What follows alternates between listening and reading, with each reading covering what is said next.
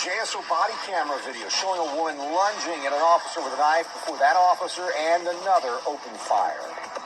The video comes on the same day the state attorney's office for Duval, Clay, and Nassau counties announced a new policy on releasing body camera video. It will now approve the release of footage from police shootings within 30 days. That's unless the state believes it will hinder a case. In the latest video, the suspect stabbed an officer with a large knife. It's one of 14 police shootings that the state attorney's office recently cleared in the past 30 minutes. News4 Jax reporter Eric Avignon spoke with the suspect's mother. Eric, what did she tell you? Yes, the suspect is identified as Leah Baker, and when I spoke with her mom over the phone, she tells me that she had previously seen an edited version of that body cam video, but today was the very first time that she saw the complete unedited raw recording of the incident that transpired. Now, she also tells me that it was her daughter who called 911 to have an officer arrive at the house. This body cam video, which was recorded back on April 11th, shows rookie officer E. Meckling arriving at a home on Gulf Air Boulevard, not knowing that within seconds of knocking on the door, her life would be in danger. What the HQ number 157, I just been stabbed! Investigators say this was Leah Baker who came out the door armed with a knife and stabbed the officer. News4 Jax crime and safety expert Ken Jefferson reviewed the video with me and pointed out what the officer did right in that situation. She exercised officer safety, as we see in the video. When she knocks on the door, she steps back.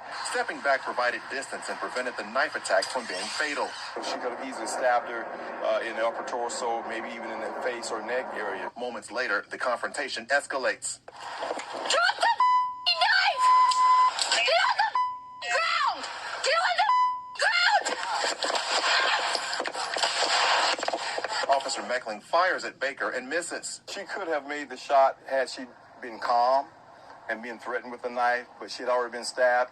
Veteran Officer Sergeant J.C. Nobles arrives on scene to back up Officer Meckling. Then this happens. Get on the ground!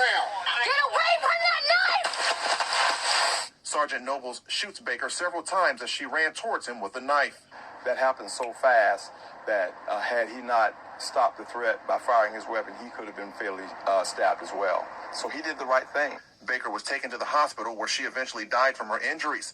Jefferson says this was an all-around sad situation for everyone involved because it was obvious Baker suffered from mental illness. But in the end, he says officers still have to protect themselves.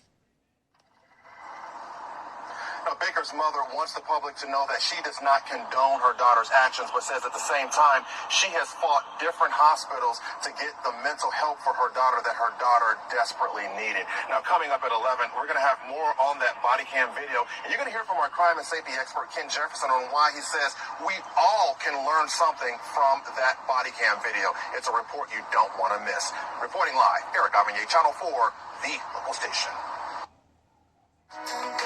Speaking about the American service members killed in the bombing, President Biden said, quote, "We owe them a debt we can never fully repay." Here's what we've learned about some of the fallen. Navy medic Max Soviak is from Berlin Heights, Ohio. He graduated high school in 2017, where he was a great athlete and still found time to join the school band. Says Soviak's sister, "He was just a kid. My heart is in pieces, and I don't think they'll ever fit back right again." His last social media posting was from June. "It's kill or be killed," he wrote.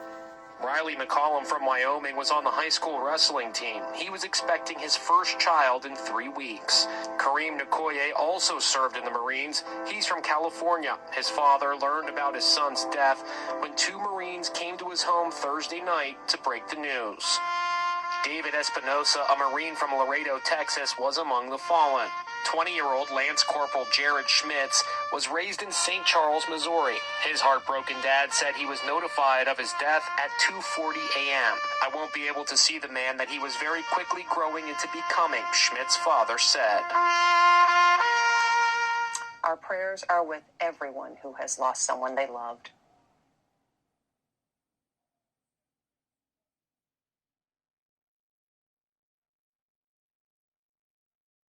18-year-old boxer dies after match in Montreal, promoter says.